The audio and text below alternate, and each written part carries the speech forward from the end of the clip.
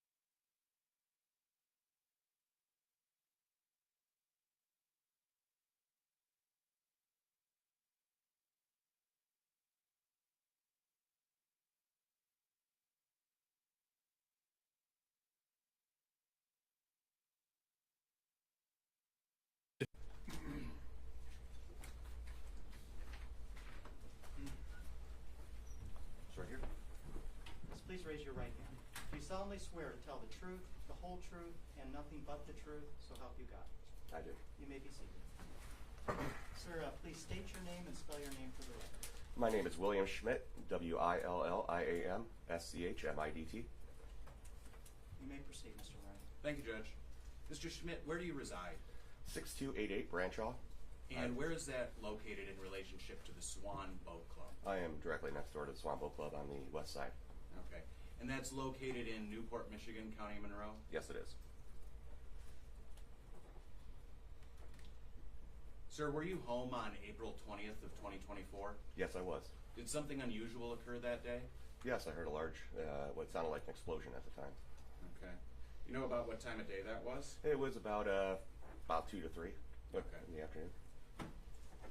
When you heard that noise, what did you do? I assumed it was something going into the dumpster at the boat club because they're always throwing something in there, so you hear large bangs. I went outside to walk the dog, and that's when I noticed that there was a hole in the side of the boat club, and I went to check it out. Okay. I went to check it out. What did you do specifically? I walked over there, and I noticed it was a pretty bad scene, so I got out my cell phone, and I recorded it to get evidence for whatever the police needed. I know it's important to have those first moments. I didn't realize what I was getting into. So you live directly next door, so you walked down the road that's the parking lot to the boat club? Walked across my lawn. Okay. And you entered how did you enter into the boat club? I walked through the hole that Marshall drove through. And you recorded this on your cell phone, you said? I did. I started recording before I went through the hole because I wasn't sure what I was going to see. I didn't know at the time it was Marshall, my neighbor. I thought there were some other kids that drove a car similar to it, and I thought maybe it was them. And so I wanted to make sure to get them in case they tried to run away or do something goofy.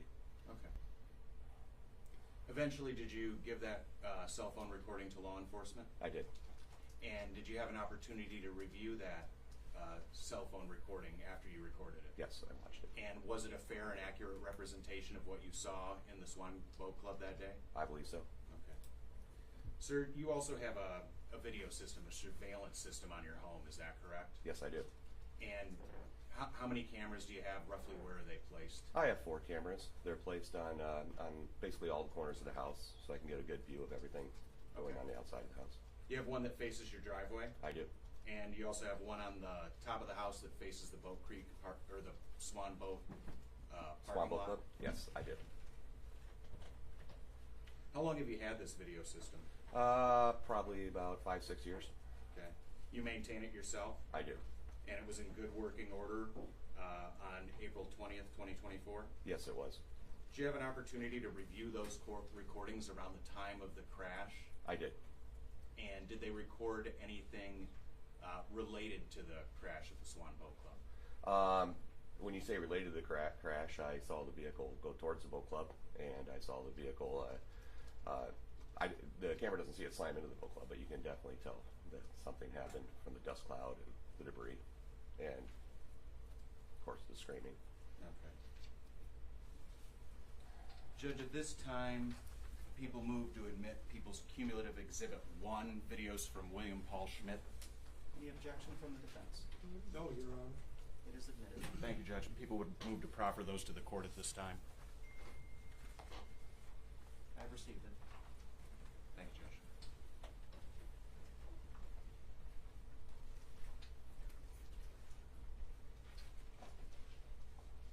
Judge. Mr. Schmidt, this is your camera that faces your driveway? Yes.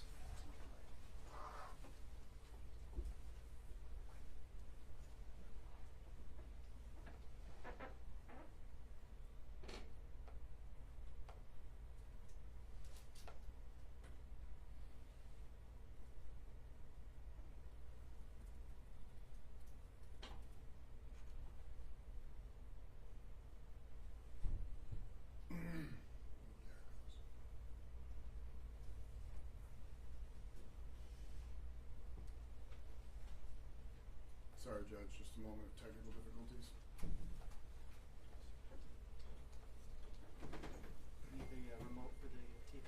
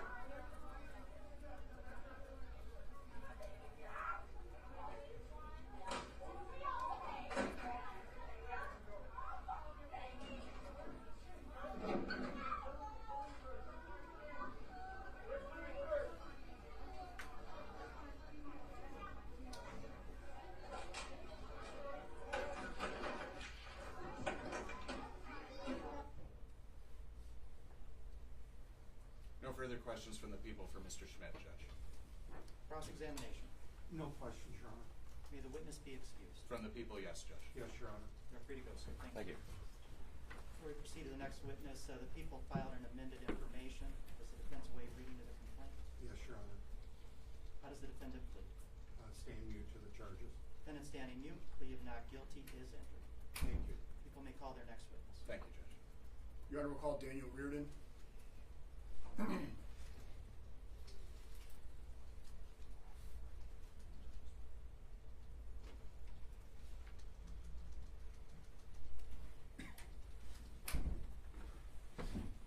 Please raise your right hand. Do you solemnly swear to tell the truth, the whole truth, and nothing but the truth, so help you God? I do. You may be seated. Please state your name and spell your name for the record. Daniel Reardon. You want the first name spelled too? Okay. DANIELRIORDAN. You may proceed. Thank you, Judge. Good morning, Mr. Reardon. Are you familiar with the Swan Boat Club? Yes, sir. How are you familiar with it? I've been a member there for maybe 20 years. Are you involved in any other capacity with the boat club?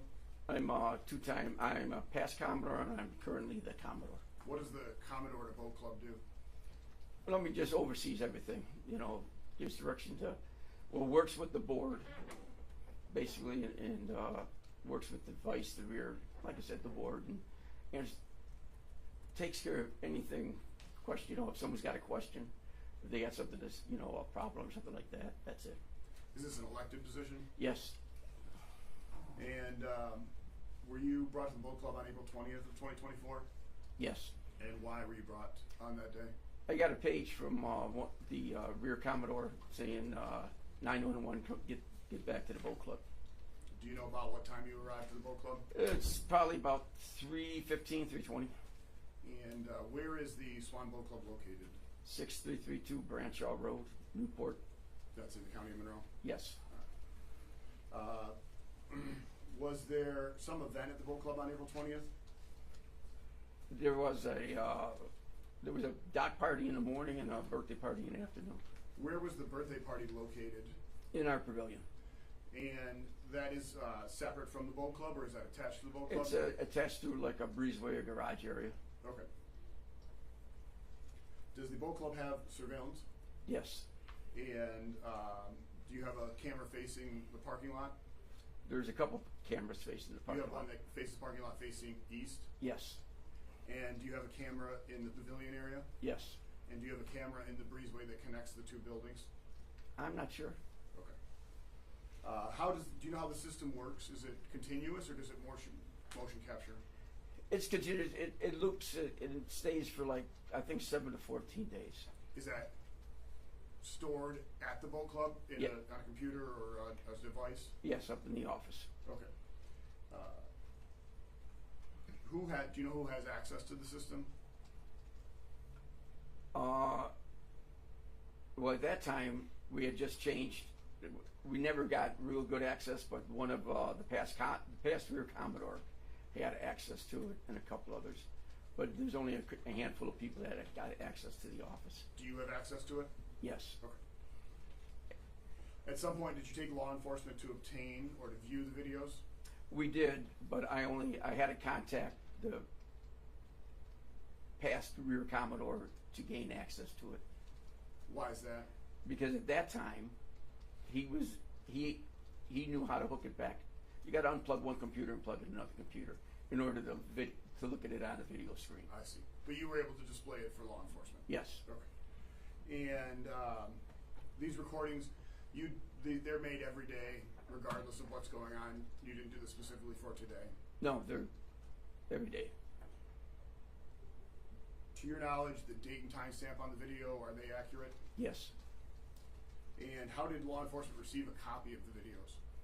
Well, we informed them that we had a video, and they asked if they could take a copy, and they came back and took a copy of it. Judge, we would move to admit People's Proposed Exhibit 2. Any objection? Your Honor, if we could have it played and then see if there's an objection, they can move for admission is what I would propose. I will reserve my ruling. Okay.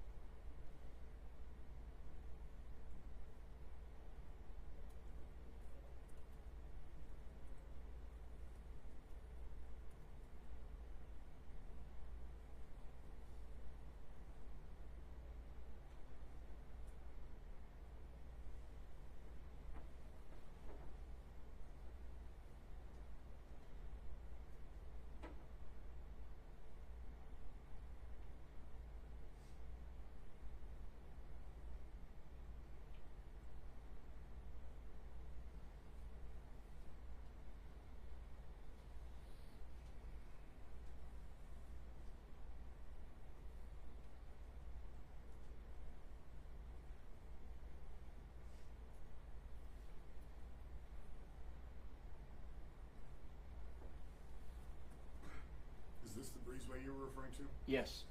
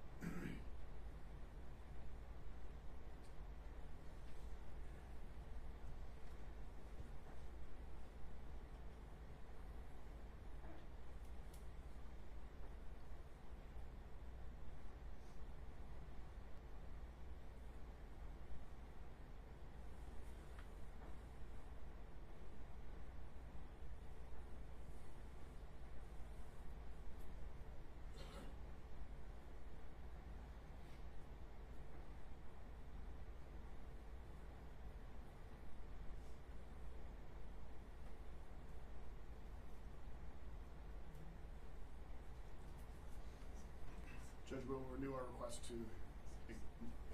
admit Exhibit 2. No objection, Your Honor. It is admitted.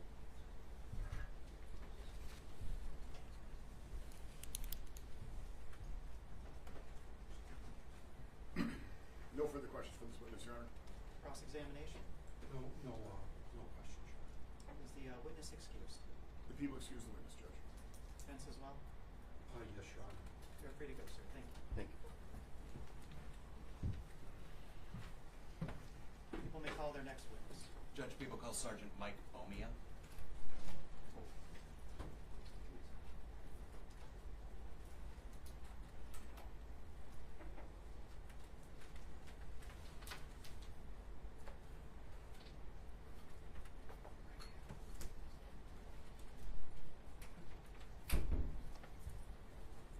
You solemnly swear to tell the truth, the whole truth, and nothing but the truth, so help you God. I do. You may be seated.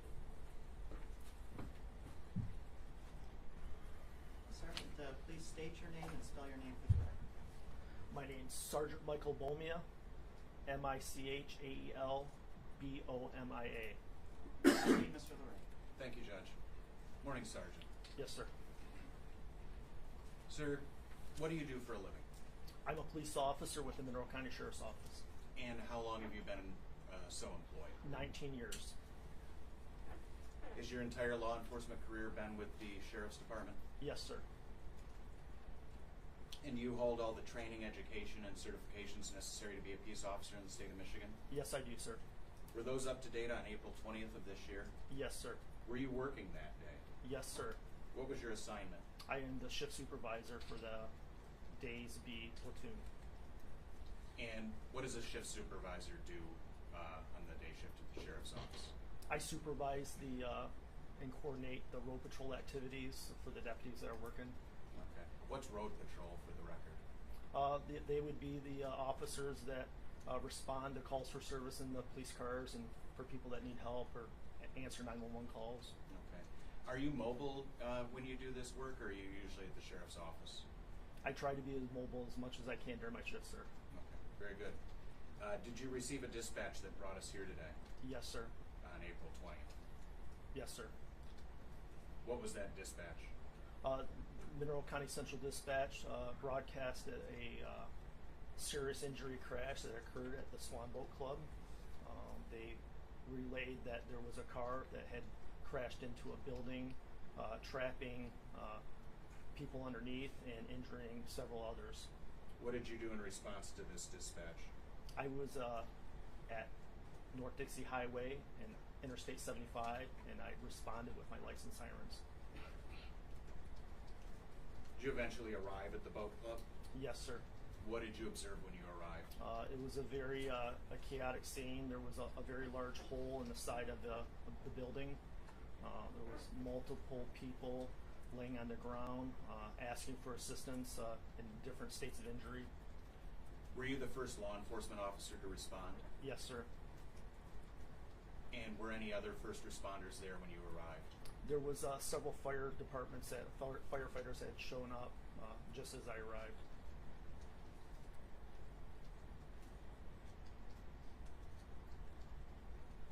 You indicated there was a hole in the building. Did you enter the building? Yes, sir. And what did you see inside the building? I found I believe it was a dark blue Ford Edge crashed into the building. There was several other victims lying on the floor, and then there was also a set of folding chairs with several people sitting on those folding chairs. Okay. At some point, was the defendant in this case pointed out to you? Yes, sir. I asked witnesses if the driver was here, and they pointed out to the suspect. And did she identify herself to you? Yes, sir. Do you see the person who identified herself to you as the driver of the vehicle here Yes, today? sir. Yes, sir. Your Honor, we'll stipulate to the defendant identification. Stipulation is entered. Thank you, Judge. What did you do with the driver of the vehicle at that time? I began to escort her out of the building, and I asked her if she was okay, if she was injured during the crash, and how she ended up crashing into the building. Okay. And what did you do with her at that time? I secured her in the back seat of my patrol car. Okay. What did you do after that? I started to help out the first responders as much as I could, looking for other victims, which we found several in the area that would then in front of where the vehicle crashed in a separate room. Okay. Sergeant, were you assigned a body-worn camera at this time? Yes, sir. And was that functional and operational at the time of this incident? Yes, sir. Have you had an opportunity to review the footage from that camera? I did, sir. And is it a fair and accurate representation of what you saw that day? Yes, sir. Judge, at this time, people would move to admit portions of Sergeant Pomia's body-worn camera. Any objections? Your Honor, again, I would just ask that it be played prior to it being admitted. I'll reserve on the request. Okay. At this time, Judge, we'll move to proffer it to the court. You may proceed. 1517 Central Hudson.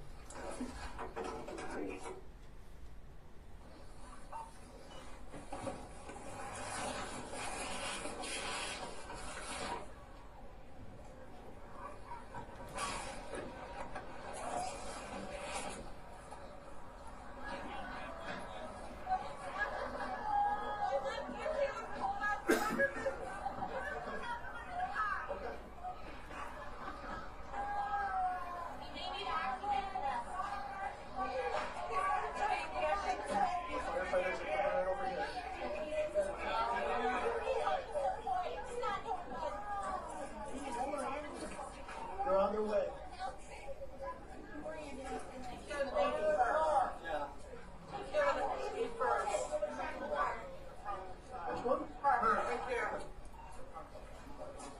you come with me just for a second? Are you driving? Can you drive the car? Can you come with me just for a second? Okay.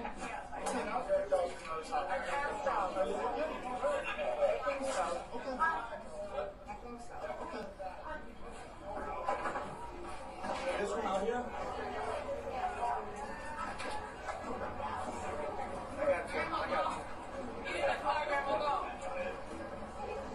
Where you going? Over towards my car.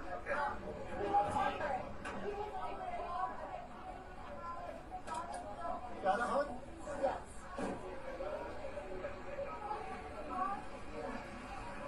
What happened? I passed out. Okay. Have you been feeling ill or anything like that? Yes. What kind of medical conditions do you have? Seizures. Seizures? Okay. Were you here for the party? No. What were you out here at the boat club for? Are you I hurt? was just coming down here. Okay. Oh my gosh, this is terrible. So you take medications for seizure, you Yes. said? Have you been drinking at all today? A little bit, yes. Okay. When's the last time you had something to drink? Probably like a half hour ago. Half an hour ago? What do you drink? Wine. Okay. What's your name, hon? Marcella. Marshall what? Cheniston. Cheddiston, okay. You don't have any weapons on you, do you? No. Alright, I'm just gonna leave you back here just for a little bit, okay? Okay. Alright. Do you need to see any medical attention right now? I don't think so. Okay. I'm gonna roll down this window over here just to get you some air, okay? Okay. I just want to separate her from everything that's going on.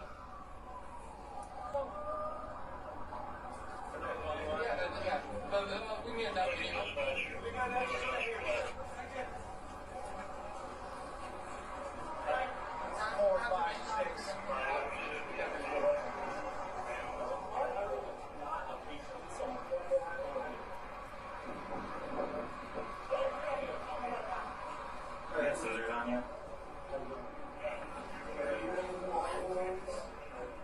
You got scissors on you, Smith? Scissors? No. I got scissors in my trunk, but. Where's your trunk at? So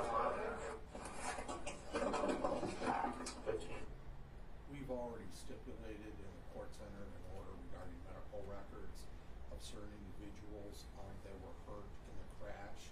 I would stipulate to this being entered for preliminary examination purposes, but we've already stipulated these individuals being hurt. So as to the purpose of playing it, I don't know the relevancy.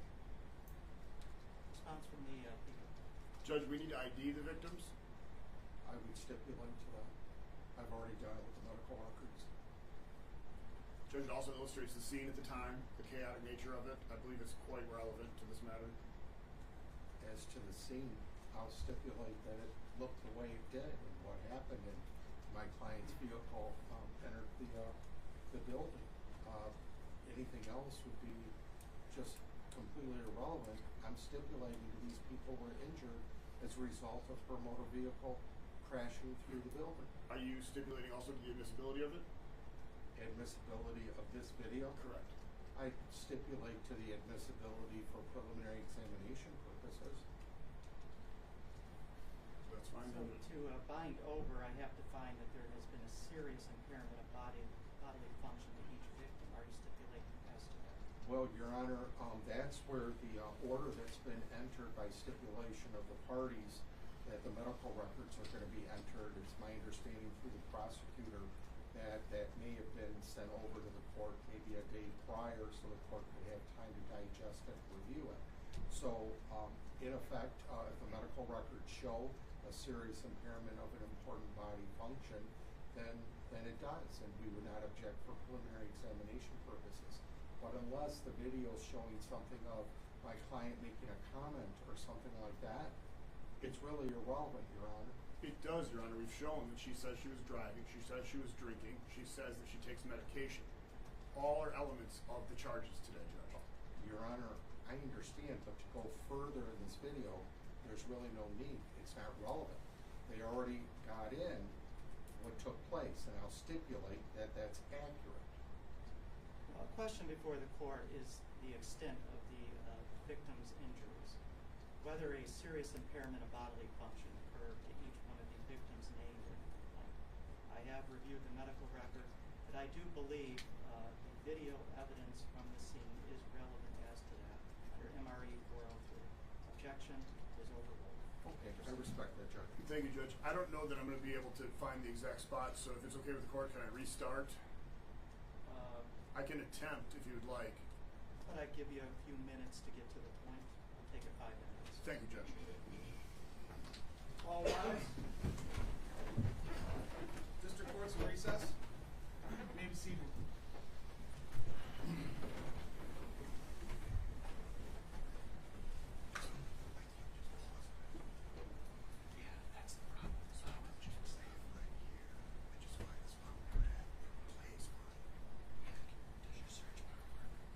As long as I leave it here, I just can't open it up full screen. That's the condition. 1517 Central West. Okay. Proof my. I need my pants off. So my truck's right there. In my bulletproof.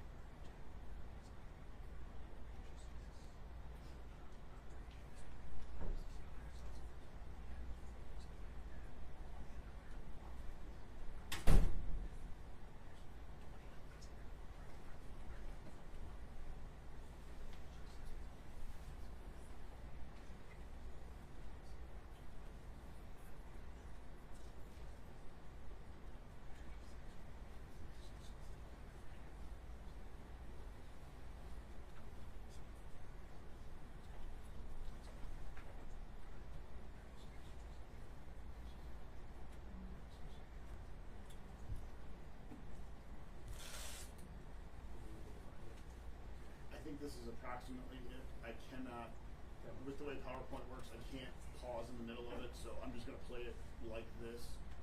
If you're mad at IT, I'm ready. Thanks.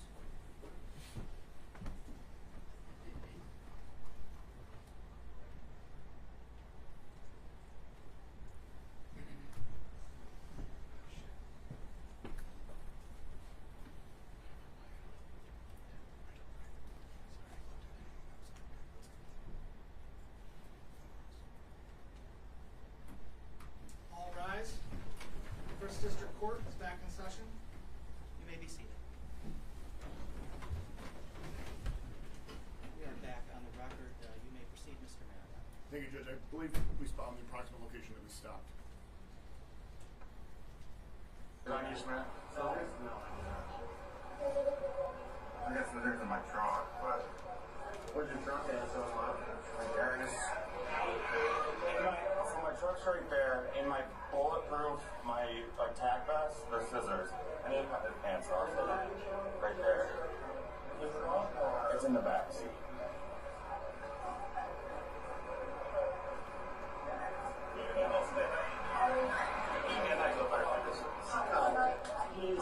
Yeah. Do you guys have scissors?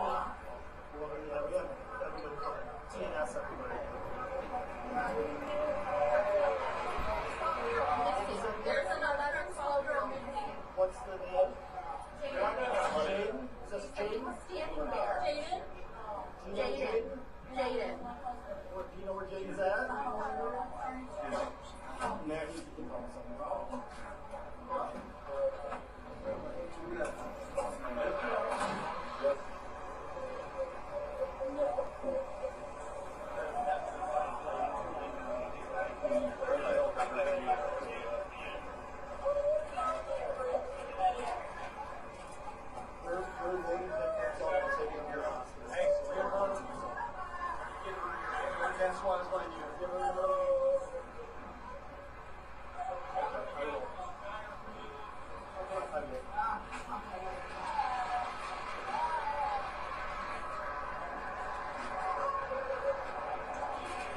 I know this is called PSI. You're going to Nick? What's up?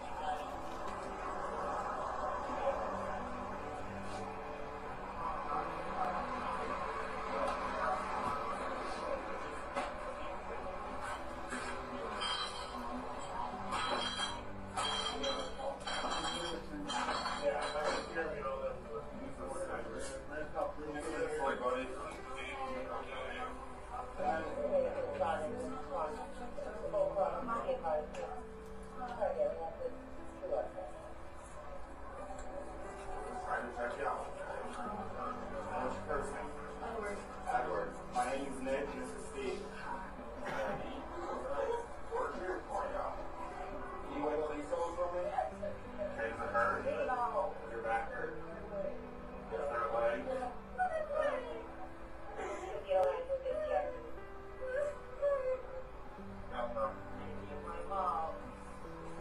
I know, buddy.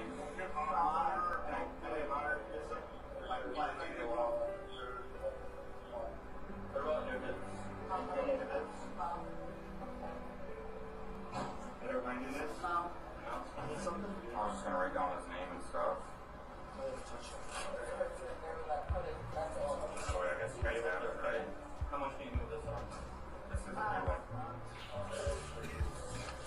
Edward. It's Edward, right?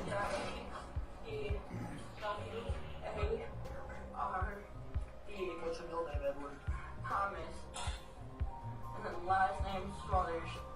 S-M-O. I don't have to use Sorry. What's your last name again, Ed? Smothers. S-M-O-U-T-H-E-R. Yeah, okay. What's your date of birth? And that's the end of the portions for proffering, Judge. Any additional objections to its admission from the defense? No, Your Honor, no objection. It is admitted.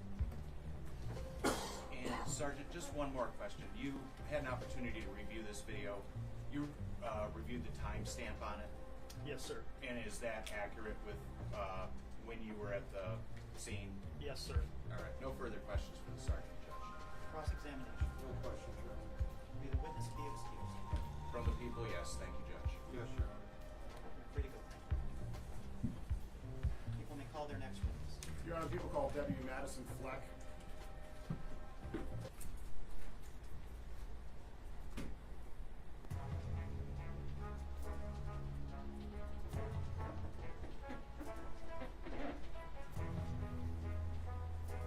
Please raise your right hand. Do you solemnly swear to tell the truth, the whole truth, and nothing but the truth, so help you God? I do. You may be seated. Deputy, please state your name and spelling. Madison Fleck, M-A-D-I-S-O-N-F-L-E-C-K. You may proceed. Good morning, Deputy. How are you employed? I'm employed through the Monroe County Sheriff's Office as a deputy sheriff, How long have you been in that position? approximately 4.5 years. Were you in any other law enforcement position prior to that? No, sir. Okay. Are you certified to be a police officer in the state of Michigan? Yes, sir. And you were on April 20th? Yes, sir. You were working on April 20th as a deputy? Yes, sir. And did something bring you to the Swan Boat Club? A call came in through Monroe County Central Dispatch, and I responded to it. And do you know approximately the time you arrived at the scene? No, sir. Can you describe the scene when you arrived? When I arrived, there was multiple EMS and fire personnel already on scene, as well as my supervisor, Sergeant William, and Deputy Schmidt. And then when I responded into the venue, there was chaos. There were still people being treated and pulled out of the building. Did you meet any individuals that had been injured on that day? Yes, when I first walked in, I responded to Denise Roberts, as well as Patricia Raths, and then I also observed Leah Sith and Diane Medina. Are you issued a body-worn camera? Yes, sir. Were you wearing it on that day? Yes, sir. Was it in good working order to your knowledge? Yes, sir. Did you have an opportunity to review that video? Yes. Is that a fair and accurate representation of what you witnessed? Yes. Judge, I would move to admit what is proposed Exhibit 4, a compilation of the deputy's body worn camera. I'll object at this time pending us seeing the her identified video. I will reserve the moment. Thank you. Exhibit 4. This is Exhibit 4, Your Honor, Judge.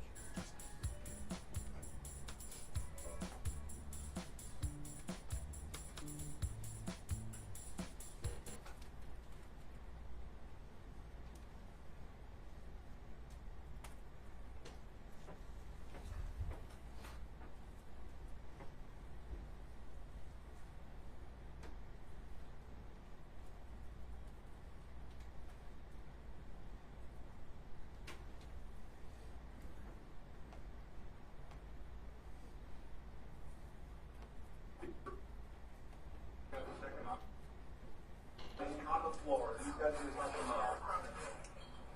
I just got one pediatric back there. I don't even know. She's 18. Yeah, 11.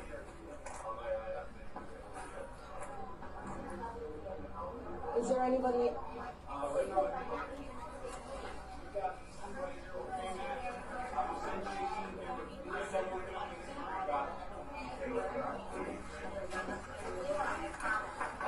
I got this series information. I'm going to start working on getting their information and the person behind the bar.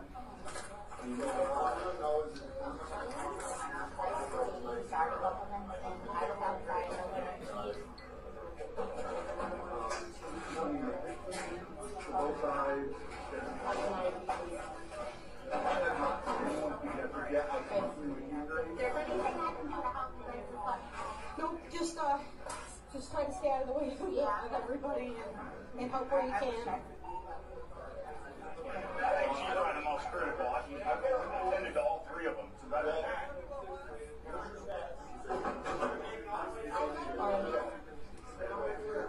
She's allergic to amoxicillin. Okay. You're welcome. Are you related?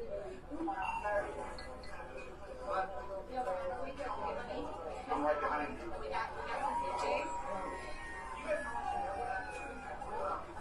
I'm assuming she was operating. I'm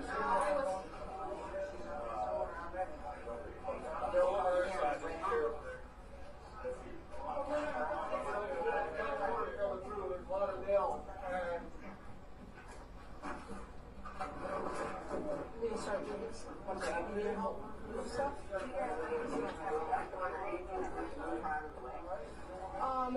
I think they want to leave her for right now, just because. Sliding into a bag. And I don't know if it's attached anywhere. Alright, here we go. I'll hold it. It should. Just in case. Let me put. Now you.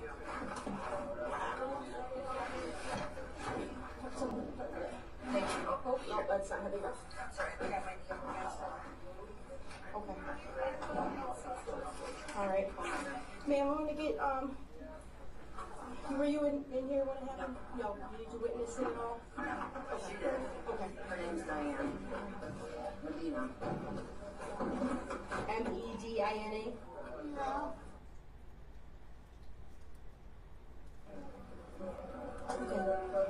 Does it hurt pretty much everywhere right now? My lower back down. Okay.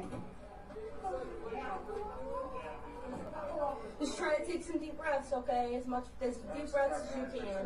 Yep. As deep breaths as you can.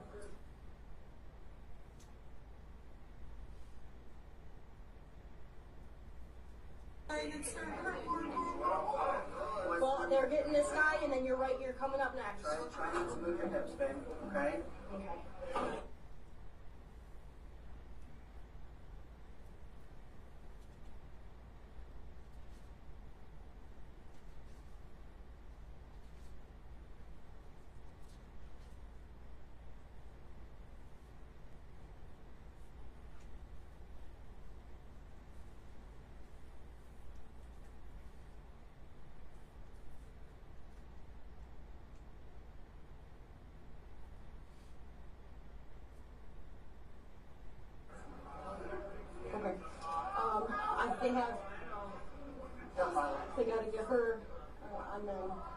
these, they were right in front, so we'll keep her right there. You guys need any help back there? Good? Okay. Sir, has anybody got your station yet? No. Were you witness the crash? I was in the bar. I just heard it and came in to try to help out. So, but I didn't see when it actually happened. Okay. Yeah. All right. Okay. Let's just start getting other people's information.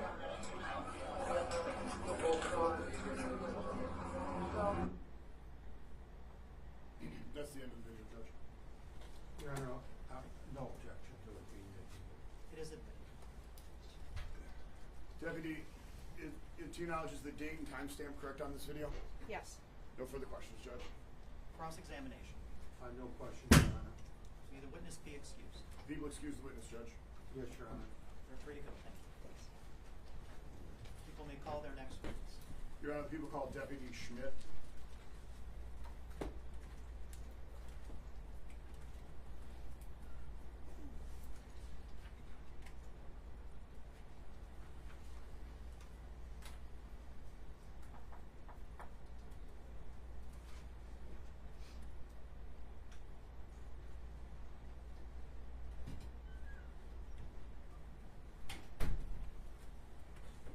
Solemnly swear to tell the truth, the whole truth, and nothing but the truth, so help you God. I do. You may be seated. Thank you, sir. Deputy, please state your name and spell your name for the record. Deputy Stephen Schmidt, STEVEN SCHMIDT. You may proceed. Thank you. Good morning, Deputy. How are you employed? By the Monroe County Sheriff's Office. How long have you been in that position? 4 years. Do you have any prior law enforcement experience? I do. And can you tell me what that is, please? I started my career with the Riverview Police Department, and then I also worked with the Dundee Police Department. In all, how long have you been employed in law enforcement? 7 years. Are you certified to be a law enforcement officer in the state of Michigan? I am. And you were so on April 20th? I am. I was. You were employed as a deputy and working on April 20th? Yes. Do you have training investigating operating while intoxicated? I do. Can you tell me what training you have? I have SFSD, Standard Field Sobriety Test training through Wayne County Regional Police Academy. I also have refresher training, as well as advanced roadside impaired driving enforcement training. Deputy, do you have any idea approximately how many OWI arrests you've been involved in? Approximately 40 to 50, somewhere in that range. I'm not exactly sure. Understood. Can you please describe the scene when you first arrived? So when I first arrived on scene, I got out of my patrol vehicle and it was chaotic. There were people running around screaming. There's injured people everywhere. I saw a hole in the side of the boat club. As I started to walk towards it, I noticed a small child laying on the ground. The child did not appear to be breathing or moving. At that time, I felt that there was most likely more people inside that might need medical attention. So I entered the breezeway area of the boat club. That's where I met with Conservation Officer Nick Ingersoll. He asked me for some help. There was a young boy in there that had an injury that needed attending to. At some point, did you interact with the defendant? I did. And did you administer field sobriety tests? I did. What test did you administer? The first test I administered was a horizontal gaze nystagmus. And what were the results of that test? I was not able to complete that test. Why is that? The defendant could not focus on my finger, which was the stimulus for the test, so I wasn't able to complete it after multiple times. Is that a sign of intoxication? It could be. What other test did you administer? I administered counting backwards from a number to another number of my choosing. What were the results of that test? She was not able to complete that test. She miscounted. Did you do any other tests on the defendant? Objection, Your Honor. How did she miscount? Who could describe how she miscounted? The counting started from 100 and went down to 88. She started with 100 and then counted down to 90, and then she had some miscountings in there. I'm not exactly sure. I'm sorry, I couldn't hear him. He wasn't sure. Is that what you said, You sir? said that there were miscountings. Yeah, there were miscountings after the number 90. And did you say what they were? I don't remember off the top of my head. Thank you. Did you administer any other sobriety tests? I did. What else did you administer? The alphabet. I asked her to recite the alphabet A through Z without singing. And what was the result of that? She was able to pass that test and complete that test. The horizontal gaze nystagmus, is that one of the standardized tests? It is. How many standardized field sobriety tests are there? 3. Did you administer any of the other standardized field sobriety tests? I did not. Why is that, Deputy? Due to her physical condition at the time, when I was able to speak with her and get her out of the back of the vehicle, she advised me that she had neuropathy in her hands and feet. The other 2 tests that are standardized are physical tests, the walk and turn and the wood leg stand. I felt that by putting her through those tests, it could put herself in harm by potentially falling or tripping, and so that's why I chose not to do those tests. Understood. Did you notice any other signs of intoxication? I did. What did you notice? The odor of intoxicants coming off her person, her inability to maintain balance, and then also her eyes were bloodshot, watery. And at some point, did you place her under arrest? I did. What did you arrest her for? Suspicion of operating while intoxicated. Deputy, could you keep your voice up, please? Yes, sir. Sorry. And at some point, did you have an interaction with another deputy named Karina? I did. And was this after the field sobriety tests? Yes. What's Deputy Karina's role in this matter? Deputy Karina is a DRE, a drug recognition expert. What is a drug recognition expert?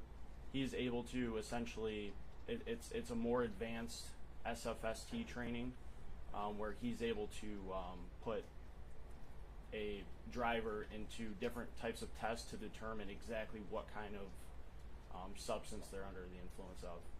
And is it fair to say at this point Deputy Karina took over the He investigation? did at that point, yes. Okay. What does Deputy Karina, were you present during that time? I was. And what does Deputy Karina do with the defendant after he takes over? He starts speaking to her about different. Objection, Your Honor, as to hearsay. Response. I'm not asking for what Deputy Karina said. I'm Okay. just generally asking, does he administer any other tests or anything that's admissible that we can discuss? Sustained. No other sobriety tests. Okay.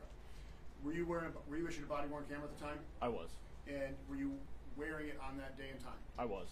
And were you present during the interview between Deputy Karina and the defendant? Yes. Have you reviewed Deputy Karina's body cam video? I have. And is it a fair and accurate representation of what you witnessed? Yes. And you had body cam on as well, correct? I did. Did that camera capture the conversation as well? It did. Is there some reason we can't show that today? I'm not sure. Was your volume on, Deputy? Oh, it was not. So it's muted. Correct. You cannot hear anything that's said on it. Correct. Okay. Judge, we're going to move to admit Exhibit 5, which is a brief, torn-down version of Deputy Karina's body cam video, which shows the interview with the defendant. Objection, Your Honor, again, hearsay. This person, deputy, is not here for whatever reason to authenticate that that's true and accurate at that date and time. Judge, this deputy just authenticated it. He was present during the interview. His body cam was on as well. However, it was muted, but he can testify to what was said. So it is not hearsay as he can be cross-examined. He was present during the interview. Well, if there's any testimony, voice of Deputy Karina, that's hearsay. He's not here to verify that that's him speaking and what he said and date and time. Are you objecting on the confrontation clause or hearsay? It would be hearsay and confrontation. Both. Judge, Deputy Karina's statements are not offered to prove the matter asserted, so it's not hearsay. Well, it is. Then why are they showing it? Because we want the defendant's statements, Judge, which are offered to prove the matter asserted. Your Honor, confrontation too. All right. The Michigan Supreme Court has held the confrontation clause does not apply to preliminary examinations, so it's denied on those grounds. As to hearsay, I'll reserve on that. I'd like to see the video. Okay, thank you, Judge. Judge, we're going to proffer what is people's proposed Exhibit 5 at this time. Actually, one quick question, Deputy. To your knowledge, prior to this interview, was the defendant Mirandized? She was. And by that, she was read her Miranda rights? Correct. So, Your Honor, who read the rights?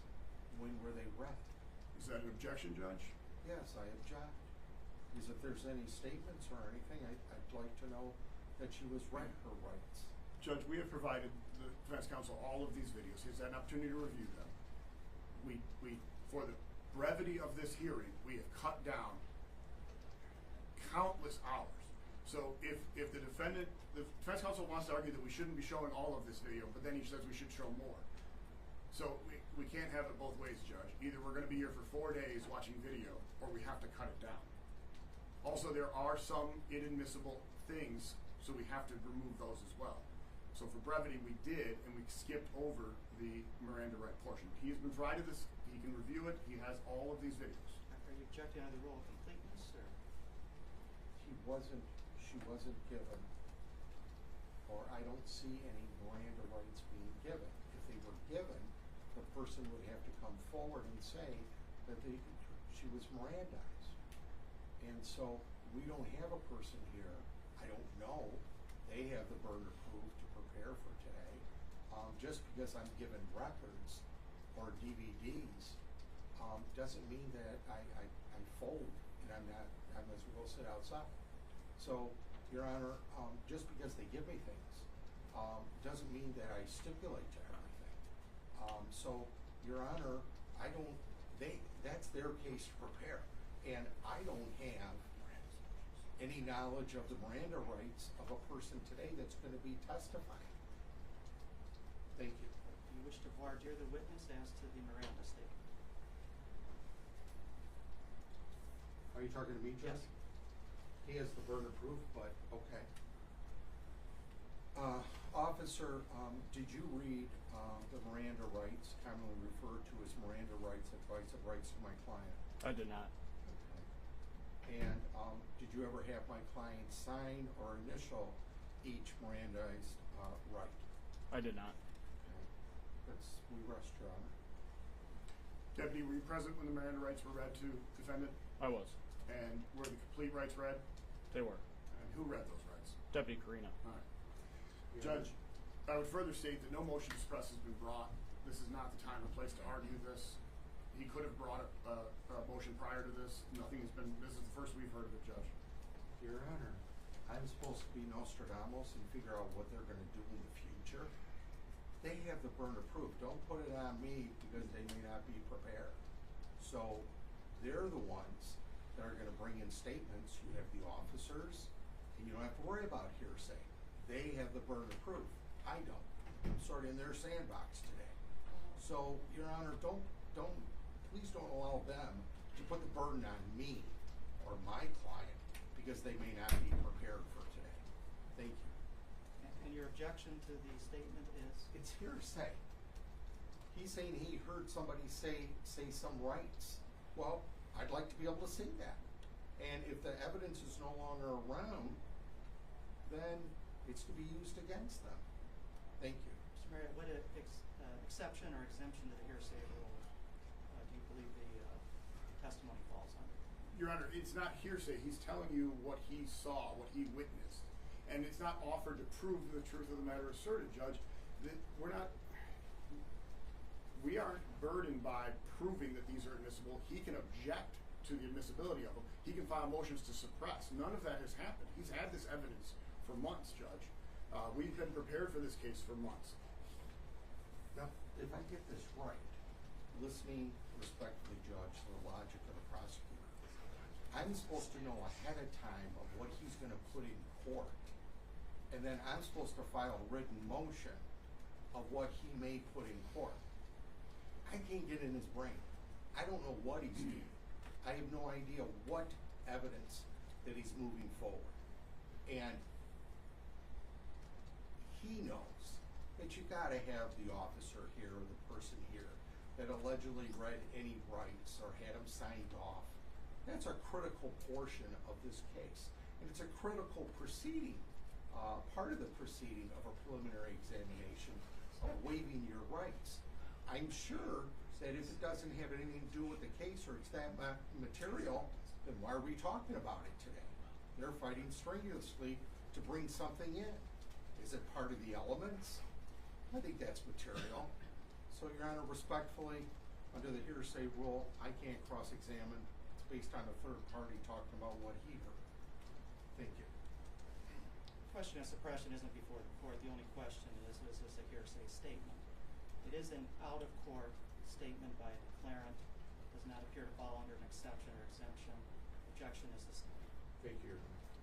You may proceed. Thank you, Judge. Okay. Do you remember what happened when you? Really, I pulled Your into the Honor, parking lot. I'm And objecting. I I'm objecting and he's still playing it. You objected as to the testimony of the witness, correct? Of my client. I objected to my client and the witness, both. They haven't shown any waiver. She certainly is detained. She couldn't walk home from there. And they had an absolute duty to inform her of her Miranda rights. So I object to that because nobody's talked about the Miranda rights because they didn't bring the person in that allegedly read the rights to her. So, what is the legal basis for your objection as to playing the video? Because it's a statement, any statements that can be used against my client. She didn't sign off on her Miranda rights prior to giving a statement and prior to being questioned. She's clearly being questioned. And she's been in custody. She couldn't walk out of there. Response from the people. Your Honor, it appears he's arguing a motion to suppress and a hearsay argument at the same time, Judge. Her statements are clearly admissible. So if it's a motion to suppress, that should have been brought prior to today. So if the court wants, we can play the whole video. We have it on video where she's read her Miranda rights. It'll take a minute, Judge, but we can gather that. All right, as to hearsay, this is a statement by party opponent. It is admissible. Hearsay objection is overruled. He does have the right under the rule of completeness to have the whole video played. May we approach, Judge? Yes.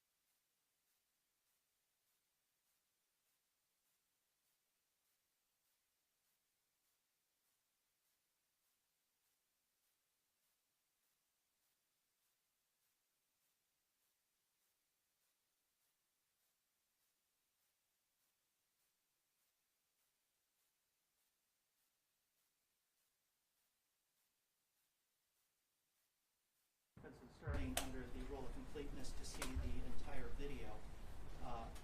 They have objected on the confrontation clause to the playing of this video.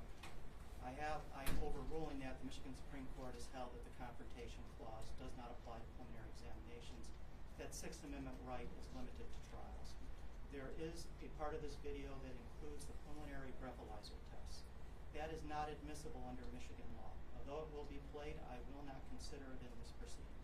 Judge, for clarification purposes, is the defense counsel asserting the completion rule, or are they willing to allow the redacted and shortened video be played? I mean, we can, based upon the court's ruling for preliminary examination purposes only, a shorter version we would stipulate to. Okay. Thank you, Judge. Do you need some time to cue I that? think we were at the very beginning here, so I'll just start over if it's okay with the court. It's a brief video, 2 or 3 minutes long. Okay, you Thank may you. proceed.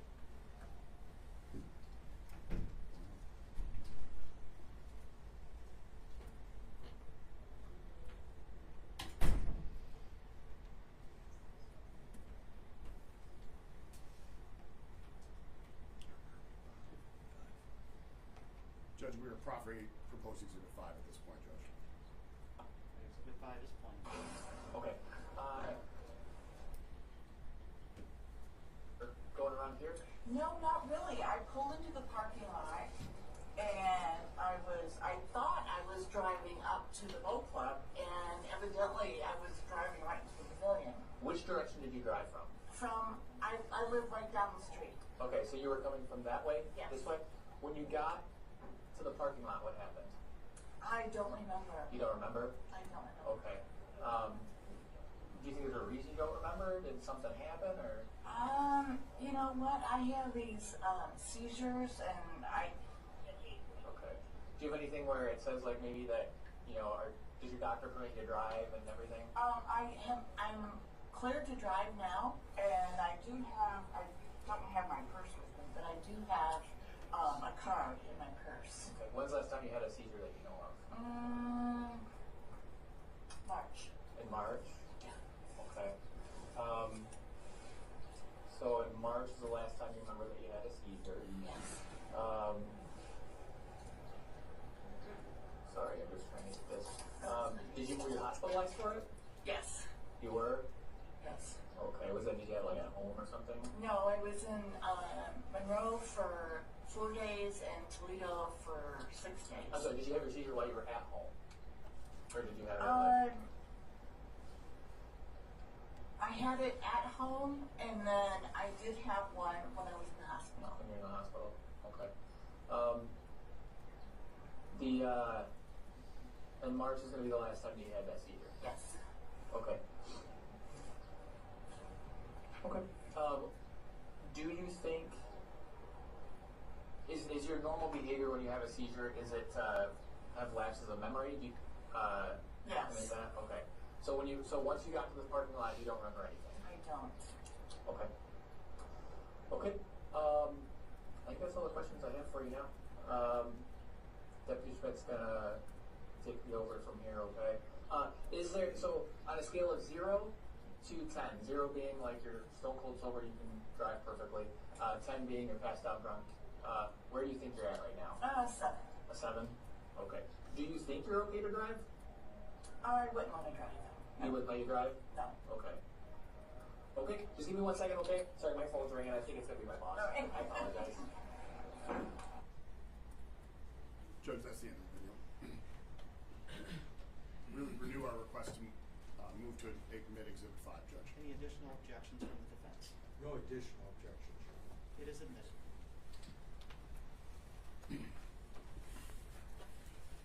Deputy, who transported the defendant to the hospital? I did. And why were you transporting her to the hospital?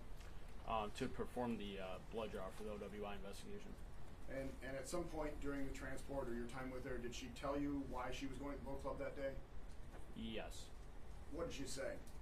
She advised me that she was on her way to attend a birthday party at the boat club. What hospital did you transport her to? ProMedica Monroe Hospital. And did that hospital draw her blood? They did. Were you present during the blood draw? I was. What happened to the blood after it was drawn? It was placed back into the blood kit by me along with the corresponding paperwork. Is that a kit that gets sealed away? It is. And that kit, you sealed it in the usual manner? Yes. And it was transported where? Back to the Monroe County Sheriff's Office. And ultimately, where did it end up? Evidence. Was it transported at some point to the crime lab? It was. Lansing? Okay. Did you receive the results back? I did. Judge, I'm going to show the exhibit. What is the people's proposed exhibit 6? Objection, Your Honor, there's lack of foundation. Judge, this comes in under MCL 766.11B without foundation. I'm just being nice here, Judge. Response? I would like to cross-examine the deputy. He'll have that opportunity, Judge. Under the Code of Criminal Procedure, it's a self-authenticating document for the purposes of preliminary examination. No foundation is required. It is admitted. Thank you, Judge. May I see it prior to being admitted?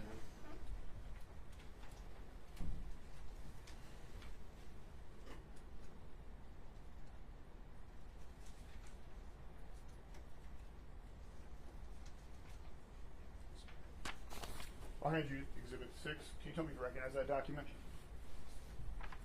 Yes. What is it? It is the laboratory report from the crime lab. And can you please read the results of the report, please?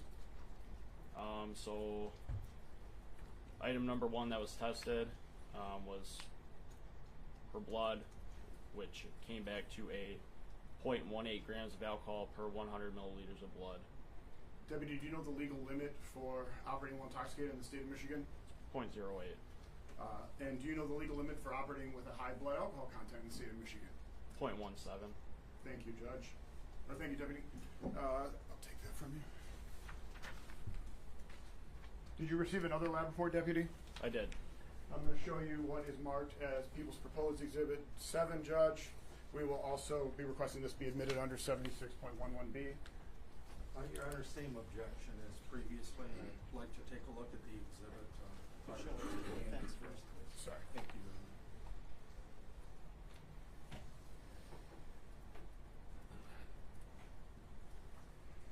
Deputy. Objection is overruled for being a self-authenticating document.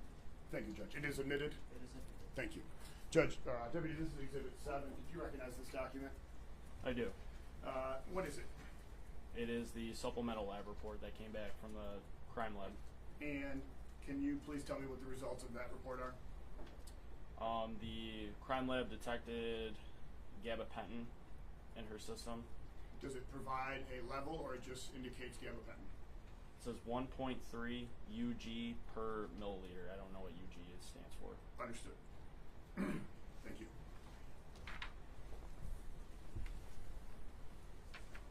I don't have any further questions for this witness, Your Honor. Cross-examination? Yes, Your Honor. In the tape, is that you talking on the videotape that's played earlier? This one right here, sir? Yes. No, it's not. Who's that talking? That's Deputy Cody Carina. Okay. And he's not here today, right? Correct. Okay. And my client was asked, what number do you feel you are today? And she responded per video, number 7, correct? Correct. Okay. The video never says that under the influence of intoxicants, what number are you? Do you agree with that? Correct. Okay. And do you agree that it could be interpreted you just went through a wall and you wouldn't be able to, you don't feel like driving a car? Possibly. Agree with that? The objection, Your Honor, I think he's mischaracterizing the evidence. The deputy said on a scale of 1 to 10, 0 being you're completely sober, 10 being you're passed out drunk. No, Your Honor, he's trying to testify. Judge, we can watch the video again. That's what was stated. Your Honor, you heard what the deputy sheriff said.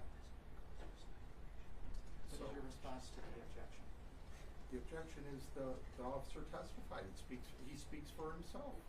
He was there, and it wasn't said about the alcohol. Whatever the court heard on a video, the court heard. I'm not going to object to that. Overruled, I'll give it the weight that it deserves. Thank you, Judge. And then the question of my client is, do you feel that you should be able to drive or not drive? And my client answered no. Is that correct? Yes. Okay. Do you know if she said no based upon her just getting through driving through a wall? Objection, Your Honor. He's calling for asking the witness to speculate to what the defendant knew or didn't know. Response. Well, he was there, Your Honor. He would be able to answer or not answer. Sustained and speculative. Okay. Officer, when asked of my client does she feel she could drive the car, drive the vehicle, whatever may have been said or asked, and she said no, was there any mention of alcohol in that sentence or that question about being able to drive? Can you drive? No, but I believe Deputy Karina's scale that he gave mentions alcohol in it. Okay, now earlier you said no, but now you're saying yes What do you mean? about alcohol being mentioned. Earlier you said no, it wasn't mentioned. Well, when he asked her about the level of 1 to 10, whatever, stone cold, sober, or passed out drunk. All right, and as to operating the vehicle, whether to operate it or not, was the word alcohol used in that sentence or that phrase? By the defendant? No, Oh. by the officer. Then no. And did you go to the hospital of when the blood sample was taken of my client? I did. Okay. And when the blood sample was taken, do you use a state police kit? I do. Okay. And the state police kit, did it have 2 vials in it? It did. Okay. And you saw somebody draw blood? Correct. Okay, is that person here today? No. Okay. And when then you opened up the vials, the 2 glass vials, am I correct? There's a seal on them? I didn't open the glass vials. Who opened the glass vials? I don't know if they were opened. I don't remember that. Do you remember if the vials were sealed? Were they sealed? Yes. There's a package. Right. That there's this kit, they call it. Right. And you opened it? Correct. You were in charge, Correct. Correct. Okay. And when you opened it, did it have 2 vials in it? It did. Okay. And then you took the vials out, correct? Correct. And those vials are to hold blood, is that correct? Correct. Okay. And then what did you do with the vials? Was there any seal on them? Or there wasn't a seal? I placed them back in the cardboard that's in the kit, and then I folded up the box, and there's a shipping seal that comes inside. Let me back up. Yep. I'm sorry. That's okay. Maybe I wasn't clear. It was prior to the blood being drawn. Okay. Did you unseal them? Like the actual tubes itself? Yes, the vials. No. Yes. You never unseal them? I don't unseal the tubes. Okay. Who unseals the tube, if anybody? I'm not sure. I don't know if they're ever unsealed. Okay. How does the blood get in the tube if it's not opened and unsealed? I am assuming through the IV that they draw. An IV? Or when they put the needle in her arm and... You were there watching this, correct? Correct. Okay. And it's very important. Mm-hmm. What did you specifically see regarding these files after you opened them? Mm-hmm. What did you do with them? Objection, Your Honor. He's already testified he didn't open the vials, but they were No. sealed. Your Honor, I'd like to be able to examine him. It's very short. It's only a few questions. Overruled. Give you a little leeway. Thank you, Your Honor. Once you opened up this state police kit, Right. what did you do with the vials? Give them to the phlebotomist? Okay. You never unsealed them, correct? No. And you don't know if there was a seal on them, correct? Correct. Okay. And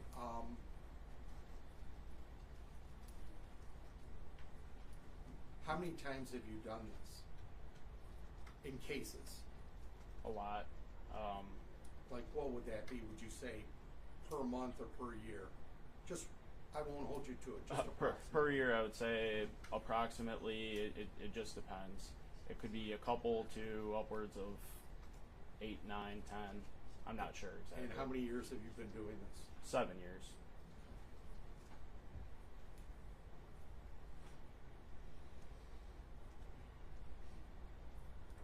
And did you look at these glass tubes, these vials, prior to giving them to somebody? I did.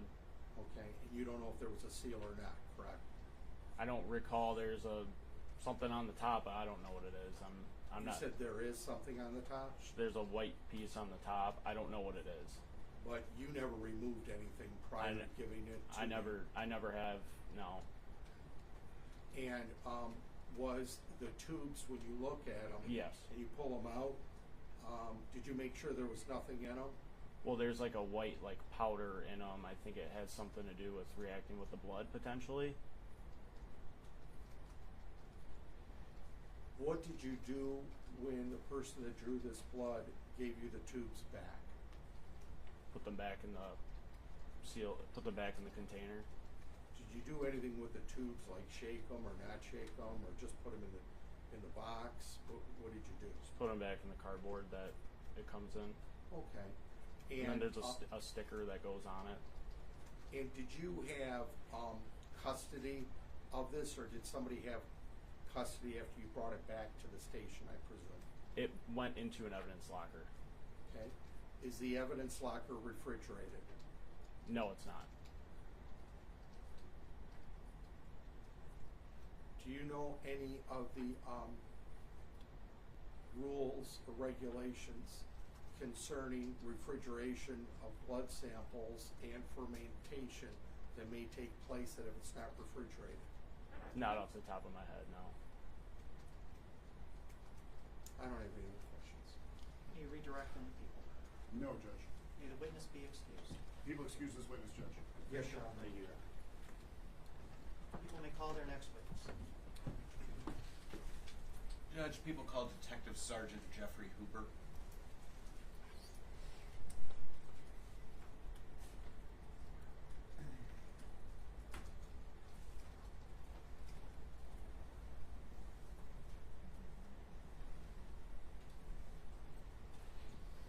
Please raise your right hand. Do you solemnly swear to tell the truth, the whole truth, and nothing but the truth, so help you God? I do. You may be seated, Detective.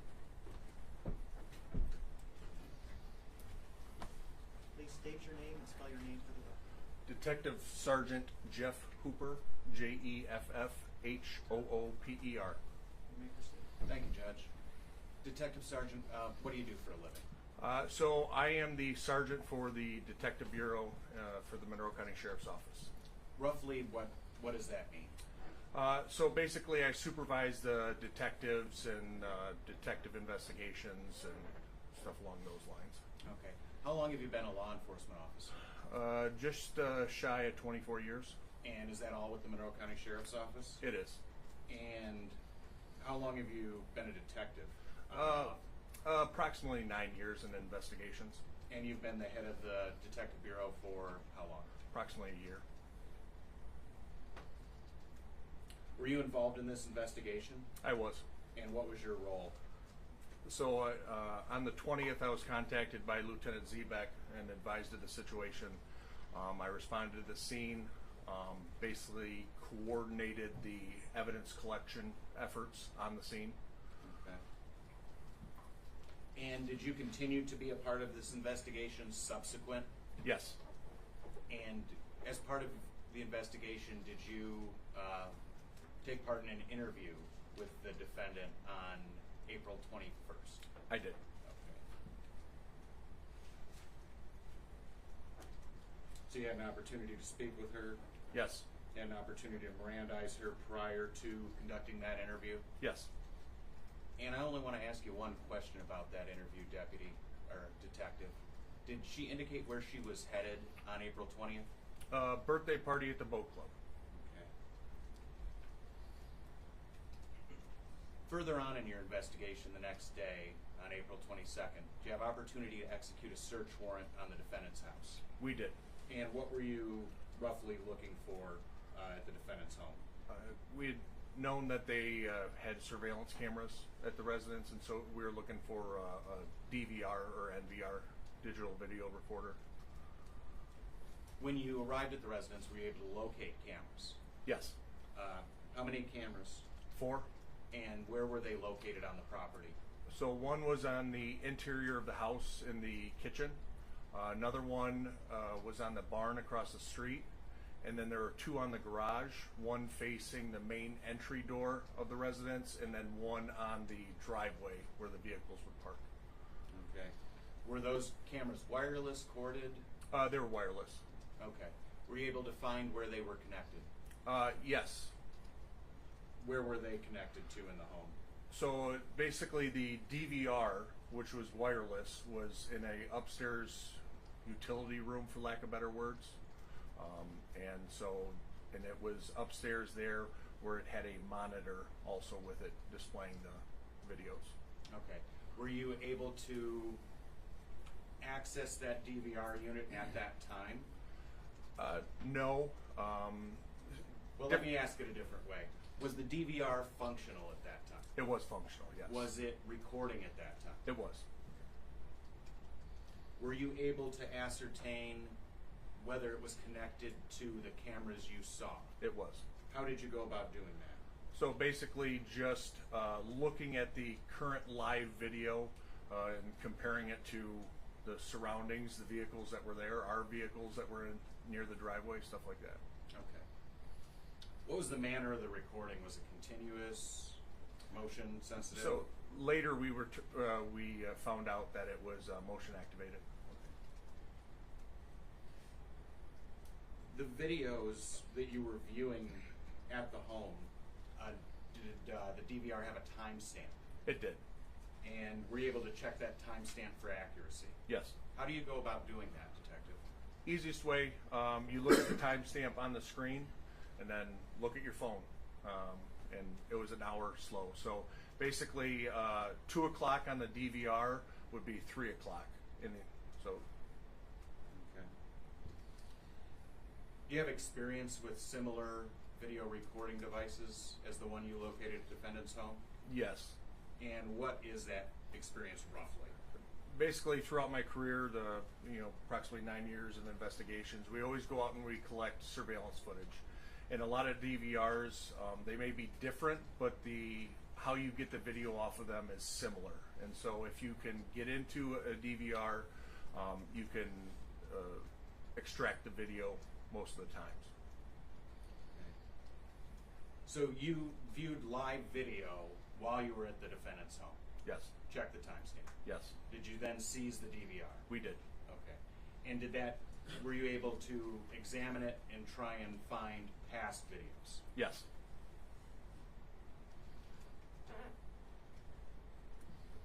Did you find any videos from around the time of the crash at the Swan Boat Club? We did. And were you able to extract those from the DVR? Yes.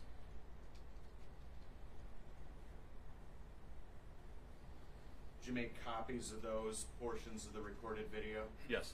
Did you place those into evidence? We did. Have you had an opportunity to review those recordings prior to court today? Yes. And the recordings that have been placed on People's Proposed Exhibit 8,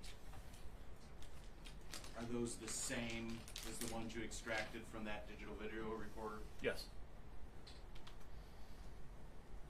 Judge, at this time, people would move to admit People's 8 surveillance videos from the defendant's home. Your Honor, we would reserve at this time just to see the video, hear it, and then make a decision. Okay, I'll reserve ruling on the motion. All right. Detective, you mentioned 4 cameras at the home. You've had an opportunity to review this exhibit, is that right? Yes. And what camera angles are we going to see on this video? So specifically, you're going to see the one facing the main entry door of the residence, and then also the one on the barn, which is across the street, which gets the street and basically the driveway and a little bit of the home also. Okay. And from around what time and what date are these recordings? April 20th, 4/20, and so the timestamp on the video is going to be approximately right around 2 o'clock, like 1:57 to 2 o'clock, but in real time that would have been 2:57 or 3 o'clock. And Detective, your role in this investigation, do you know what time the crash at the Swan Boat Club was? Right at 3 o'clock. Okay. At this time, we'd move to proffer. You may proceed.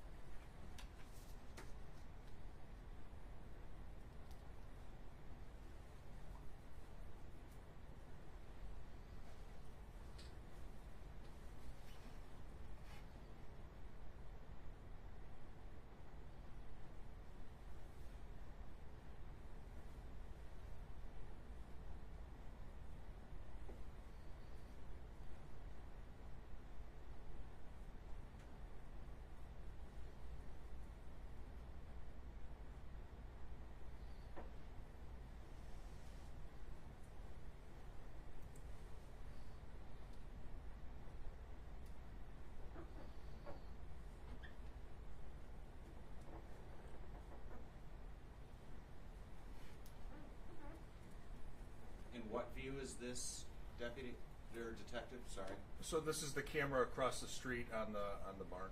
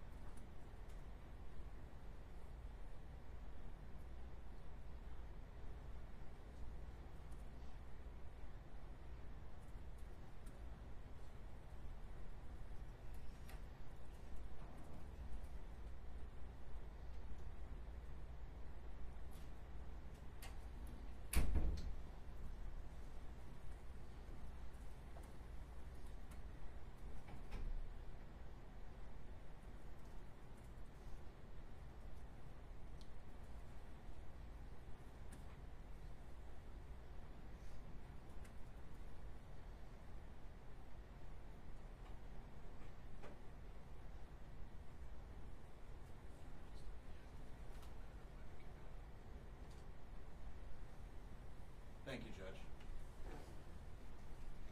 People would again move for the admission of People's 8. No objection, Your Honor. For prelim purposes. It is admitted. Thank you, Judge. And Detective, if you can tell us, that's the defendant's driveway we're seeing in that. Yes. And about how far is that from the Swan Boat Club? Approximately 500 feet. No further questions for the Detective Sergeant, Judge. Cross-examination. Thank you, Your Honor. You've had opportunity to review my client's criminal history, am I correct? Yes. Objection, Judge. I can't imagine the relevance of this. Okay. Response. I'll withdraw. Did you get a chance to review her driving history? Objection. Same Same objection. Response. I'll withdraw. Sustained. Don't continue down this line, Mr. Clovis. I understand, Judge.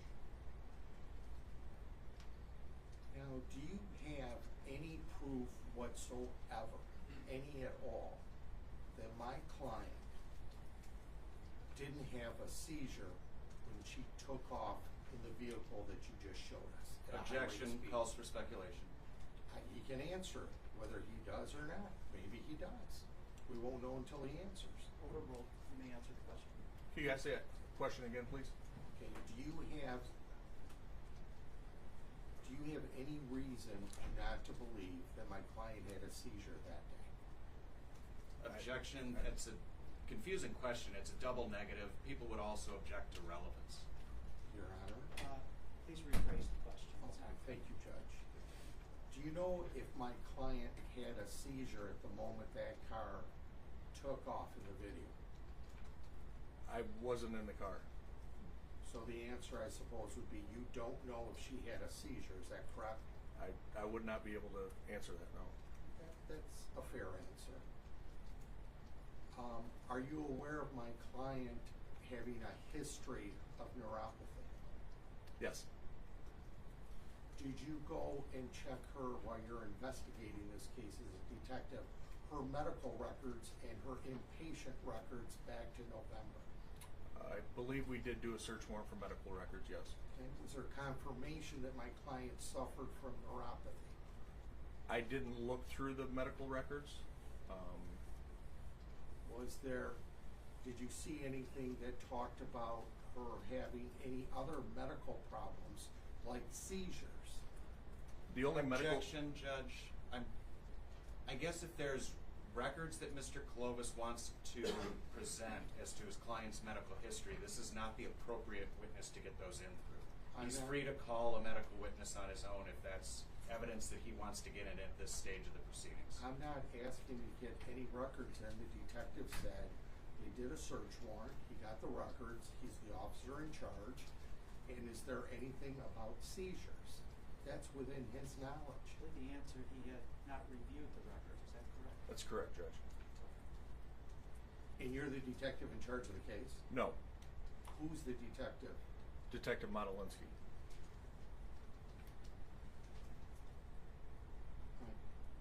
I don't have any other questions. Can you redirect from the people?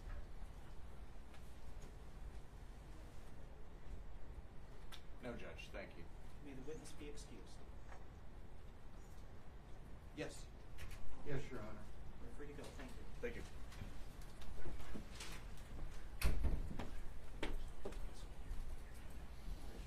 We will take a 10-minute break before the next witness. Thank you, Judge. All rise. Mr. Court's in recess. You may be seated. This way.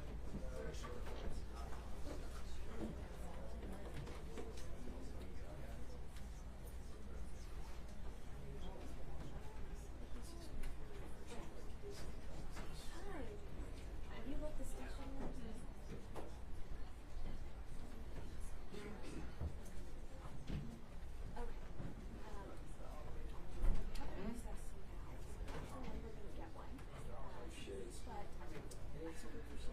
As far as I know, yeah. I've been prepared to be here all day.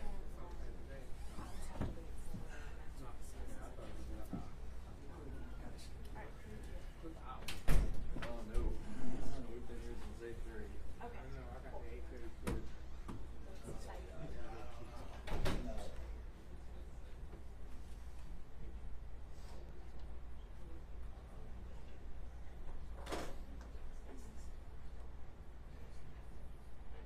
Sarah.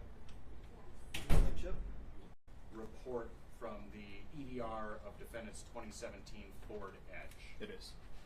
How did you come about that document? This document was given to me by Deputy Nicholas Burkhardt. And do you know how he obtained it? Deputy Burkhardt is a technician for Bosch, meaning he can image the information off of the event data recorder, but he is not an analyst. I am, so he would have to give the report to me to read. Okay. What's the difference there, Lieutenant? The technician basically will do the image. They will just briefly look over the report. They will look at ignition cycles, but the analyst covers the entire report. We look at the braking, steering, percentage of throttle, miles per hour. Okay. So let's back up just a little bit. Just for the record, explain what a EDR is as it relates to a vehicle. The EDR is an event data recorder. It's known as black box, if you will. It captures information while a vehicle is in motion.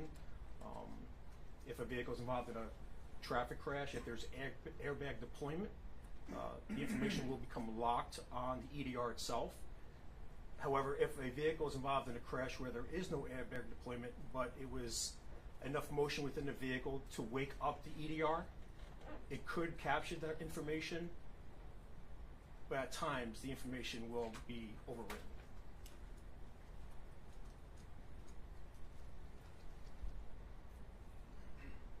To that end, Lieutenant, what's the difference between, say, a controlled stop and a crash that brings a vehicle to a stop? Control stop is one, an operator applying the brake. A non-control stop is one who crashes into another vehicle, building, pole, etc. Okay.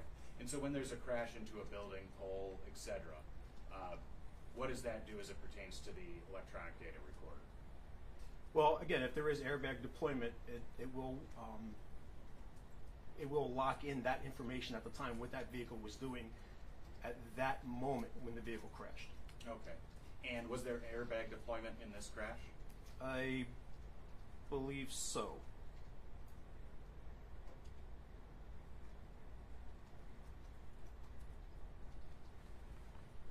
But there was 2 events captured on this record. As to the second event, was there airbag deployment? Your Honor, just let the record reflect that he's refreshing his memory by looking at notes. Yes, please refer to your notes and then answer after you have. Yes. May I reflect?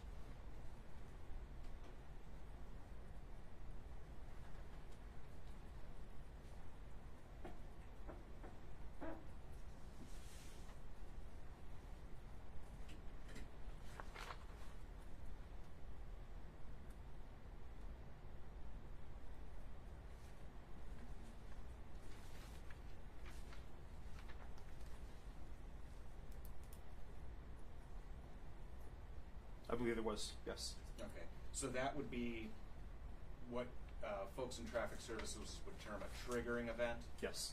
And explain what a triggering event is. So that can incorporate many factors. If a vehicle is in motion and, for instance, a deer would jump out in front of the roadway and an operator would veer their vehicle to the left or to the right, the event data recorder, usually it's always sleeping. That will wake up the data recorder. The data recorder is basically saying to itself, something's happening here, we need to start to record. It will start to record for a little bit. However, if the vehicle continues in motion and there's no impact, the EDR will go back to sleep, basically. But when there's airbag deployment, the EDR will lock in all the information that the vehicle was doing at the time of impact. Okay. And what kind of information does it lock in? Braking speed, acceleration, steering, percentage of throttle, if lights were activated, seatbelt activation. For Mr. what? Loring, your microphone got uncentered. This guy? Yeah. Sorry, thank you. And for what period of time does it record these statuses of the vehicle? Every vehicle is different. I've seen some recordings or images where it could be 10 seconds pre-impact and 5 seconds post, or 5 seconds pre and 5 seconds post. So every vehicle is different. You keep using the term image. What does that mean as it relates to a EDR? Basically, we're taking a picture of what the EDR has stored. We're not downloading anything. We're just taking an image of it. So that data exists on the EDR, and the term that analysts use is image it to retrieve that information. Correct. What about this EDR, Lieutenant? What kind of information does it record? Or let's ask it this way, how long does this EDR record? 5 seconds pre-impact. Okay.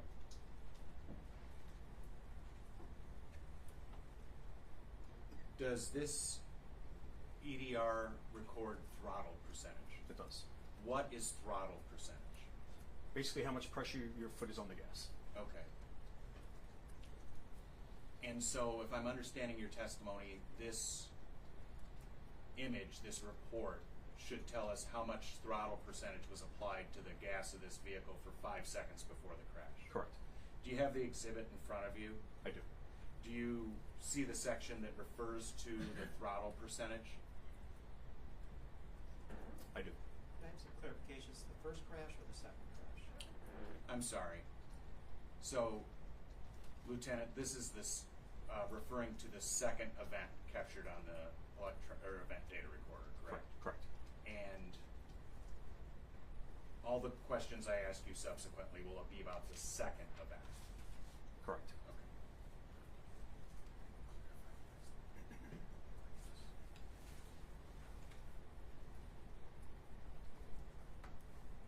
Just to lay a little foundation here, Lieutenant, did you have an opportunity to review this case in its entirety? I have. And are you familiar with the real-world happenings that caused the events on this EDR? Yes. And you indicate there's 2 events. What was the real-world happening that caused the first event to be recorded? The operator was involved in a previous traffic crash. And do you know the nature of that? I do. And what was it? It was a vehicle that was in motion in reverse that struck another vehicle. Okay. And that's the first event that the EDR imaged? Correct. And it also imaged a second event? Correct. And do you know what the real-world happening was that caused that image to be locked in on the EDR? I do. And what was that? A motor vehicle striking a building. Okay. And to the best of your knowledge and understanding, that building's the Swan Boat Club, right? Correct. So turning back to the report itself, do you have the section on throttle in front of you? I do. Or throttle percentage, I should say. Lieutenant, how does that, so it records back 5 seconds. Is that right? Correct. And then how does it give you that data? So when the vehicle struck the building, of course, that crash was recorded. So the EDR itself can record 5 seconds prior to that event taking place. So that's the information that I've received on this document. And then does it show you, at 5 seconds on down to the crash? It does. Okay. And then if you could tell the court for each, what increments of time does it record? Half a second. Okay. Could you review the exhibit and proffer for the court what the throttle percentage is for each of those time increments prior to the crash? At negative 5 seconds, 0. Negative 4.5 seconds, 59.3%. Negative 4 seconds, 0. Negative 3.5 seconds, 80.1%. 3 seconds, 82%. 2.5 seconds, 0. 2 seconds, 100%. Negative 1.5, 0. Negative 1.0, 97.9%. Negative 0.5, 97.0%. And 0, which is the point of impact, is 96.6%. So at the time, how do you interpret that as to what throttle percentage, or what's the real world implication of that, Lieutenant? Let's just ask it that way. From my training, anything that's 70% or higher, 70 to 100, is actually 100%. What do you mean by that? The gas pedals to the floor. Okay.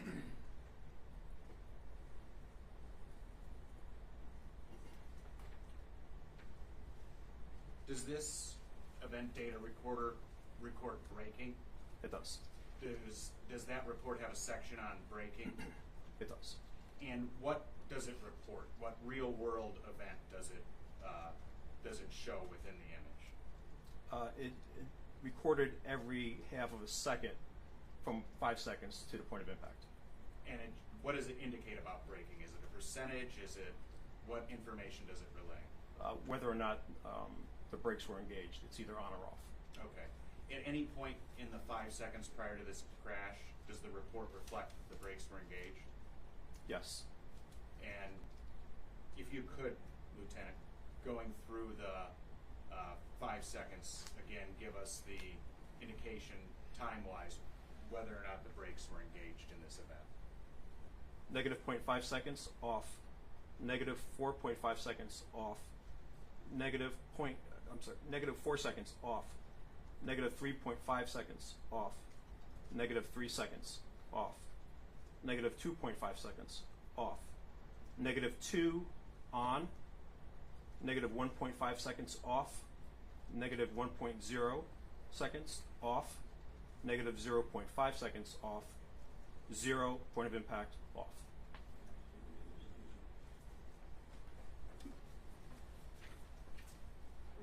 Lieutenant, does this event data recorder also record speed? It does. Okay. First of all, I'll ask you this. You know that this, you're familiar with the scene of this crash. I am. And that it takes place in a parking lot. You're familiar with that? I am. Do you know what the statutory speed limit in a parking lot is? So, looking at the video and the roadway itself, Branshaw Road actually runs between the parking lot and the building itself. So that's considered still the roadway where the vehicle was being operated on. What we have here is a private road. So with private roads, the HOA, homeowners association, or any other type of association have to have something within their deeds, an HOA agreement regarding speed. So at one time, I do recall seeing a 10 mile per hour sign, which is yellow. Now, yellow is a caution speed. Somebody, I assume, put up a 10 mile an hour speed limit that's black and white, which can be confusing with a state colored speed limit like 25 in a residential. So being that Branshaw is a private road, because it does say a private road could be 25 miles per hour, that even private or not, an operator has to operate their vehicle carefully and prudent so they can maintain control of their vehicle. So where the vehicle curves to the right prior to impact, the vehicle was still on Branshaw Road, which would be 25 miles per hour. Statutorily 25? Yes. Okay. So do you have the section on speed that's contained in the event data recorder report in front of you? I do. And if you could just go through one last time, Lieutenant, and indicate to us what the defendant's speed was 5 seconds prior to the impact and on down. Negative 5 seconds, 29.5 miles per hour. Negative 4.5 seconds, 29.6 miles per hour. Negative 4 seconds, 30.3 miles per hour. Negative 3.5 seconds, 30.6 miles per hour. Negative 3 seconds, 30.7 miles per hour. Negative 2.5 seconds, 31.7 miles per hour. Negative 2 seconds, 32.9 miles per hour. Negative 1.5 seconds, 35.5 miles per hour. Negative 1 second, 37.8 miles per hour. Negative 0.5 seconds, 40.9 miles per hour.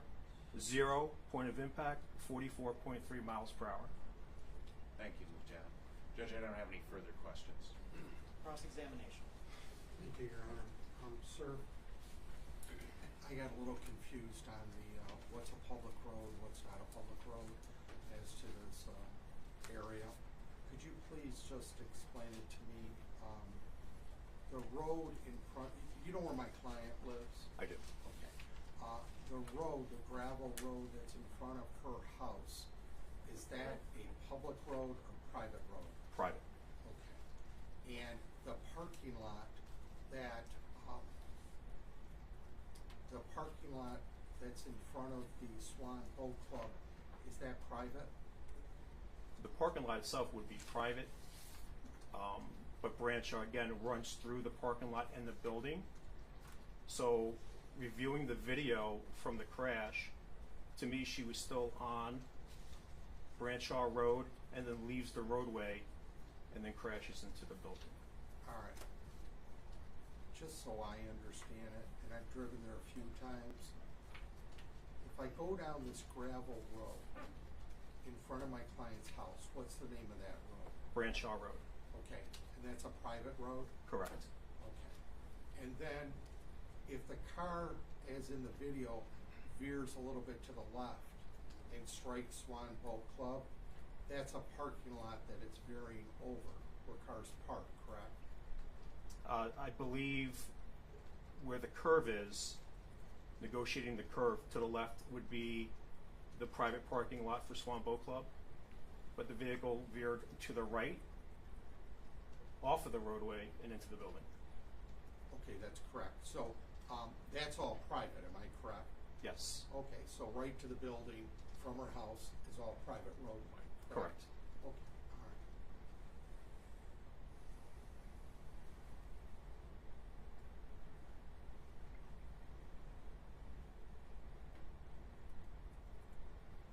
I don't have any other questions.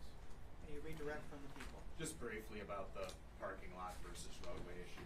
So Deputy Quinn, or Lieutenant Quinn, you've been to the scene, is that correct? Not the night that it occurred, but a few nights after. Okay. So you've had opportunity to personally view the parking lot of the boat club and Branshaw Road? I have. Okay. And is that paved at all? It is not. Is it lined at all? It is not. Are there parking spaces or lane markers? There are not. So is it fair to say that the Branshaw Road blends into the parking lot of the Swan Boat Club? That's a fair statement. Okay. Nothing further, Judge. Any recross as to those questions? Yes, thank you, Your Honor. So when the prosecutor said that Branshaw Road blends into the parking lot, what do you understand that as, blends? It's all dirt. There's no markings that show a shoulder or a specific parking spot, space, a loading zone. And I guess the bottom line is that the parking lot and that roadway is all private gravel, correct? Is that what you said earlier? Private dirt from what I remember. Okay, thank you. No questions. No follow-up to that, Judge. Thank you. May the witness be excused. Yep. By the people as well. Thank you. Yes, Your Honor. You're free to go. Thank you. Thank you, Judge. Counsel ready on any other witnesses at this time?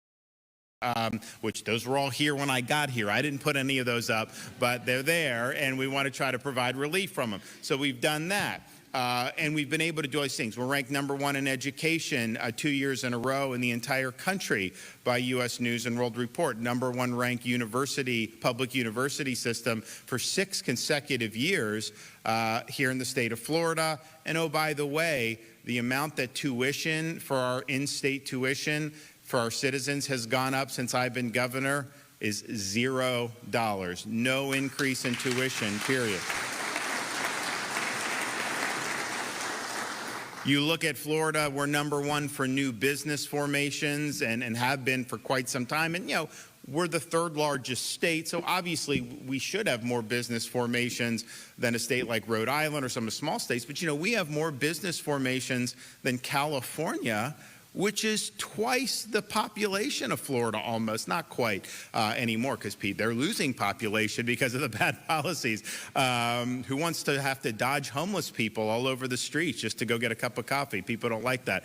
But so you have that. So even with states having, California, many more millions of people than we do, we still have more business formations. And then if you look at our private sector growth, we grew 2.2% over the last 12 months. The national rate was 1.6%, and our labor force grew almost twice as fast as the nation's as a whole.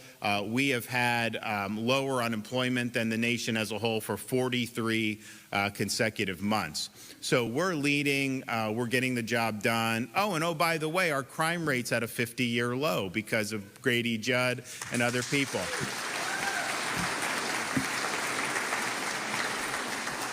So all that being said, that provides opportunities, but also provides challenges. And the reality is when you lead the nation in net in-migration year after year, which we have now for a number of years, that requires there to be the supporting infrastructure to be able to handle that. I can't, as an American citizen, you can move to whatever state you want to.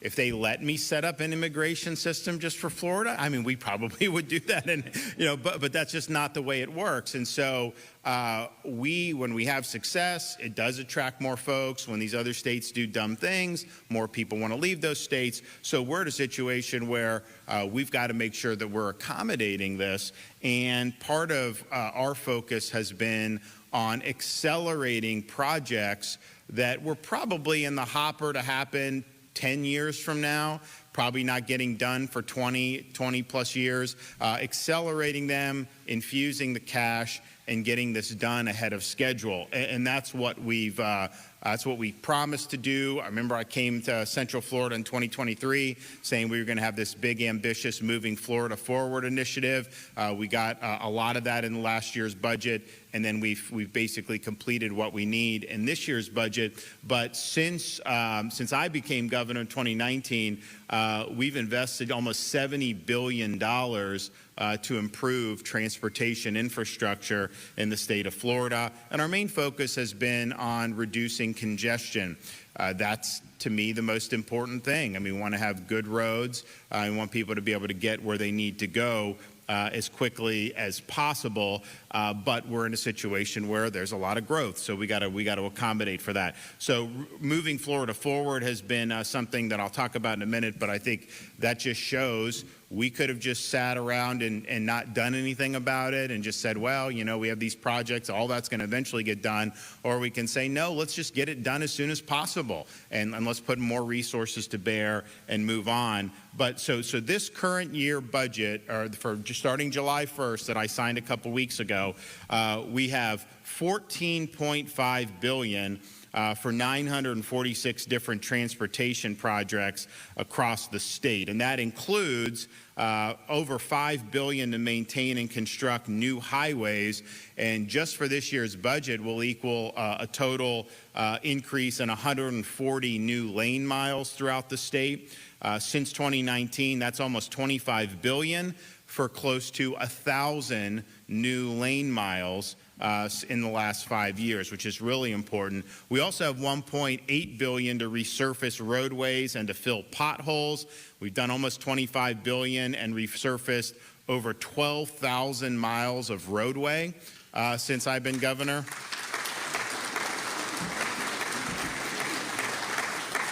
And if you travel to other states, I mean, I like the new roads where it's like, okay, you have traffic, now you can have ways to alleviate.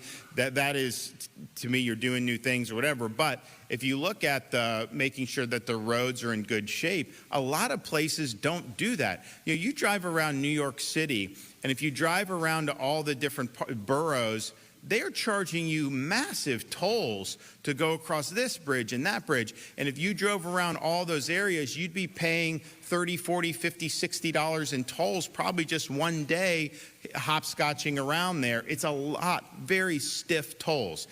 And yet, you drive on these roads and you get motion sickness because it's so bad. It's like bump, a bump, a bump, a bump, and I'm just like, man, where does all that money go? It's certainly it in fixing the road. So that's really important. And people have said when they've looked at Florida's infrastructure, we're ranked in the top 5 for the quality of our roadways across all 50 states, which, you know, that's great in and of itself. It's also great when you're a high comment. Parker and other officials. Like anything else when you're leading, you can't be afraid to take risk, and you've got to try. And this is a different way to give the future Sherelle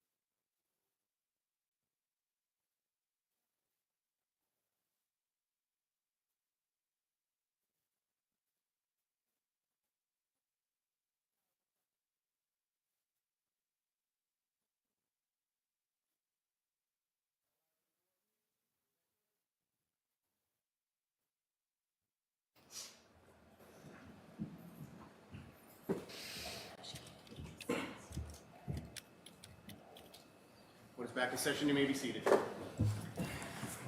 Okay, the jury indicates they want to go home. All right, but I'd like to see counsel at sidebar, please.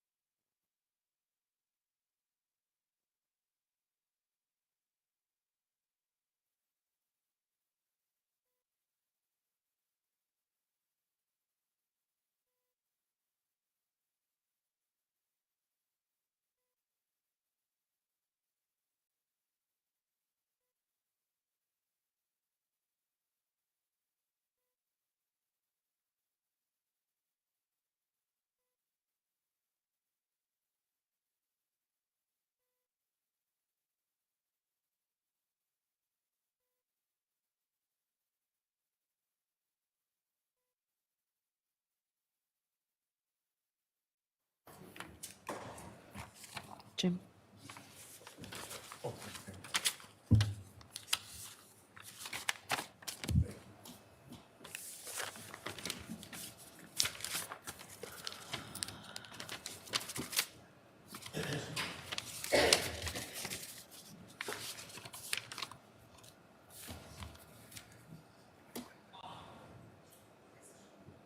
Yeah, I'll talk.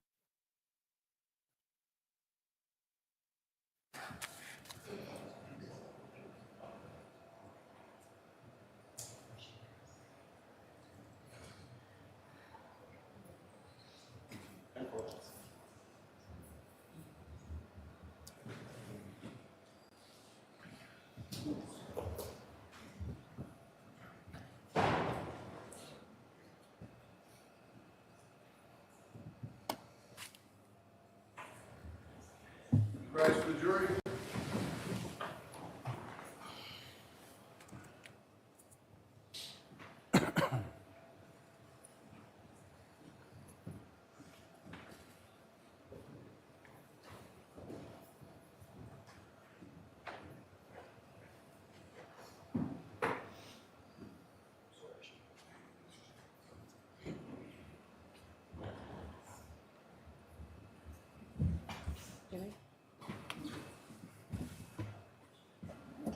For the session, please be seated.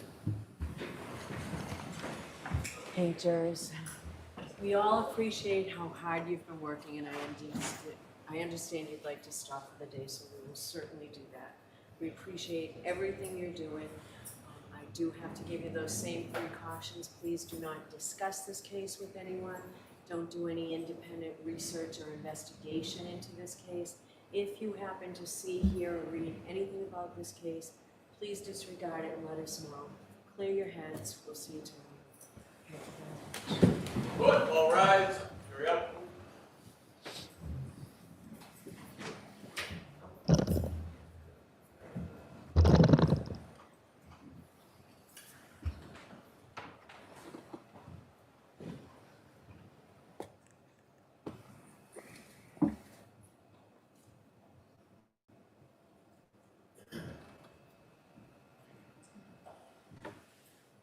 May be seated.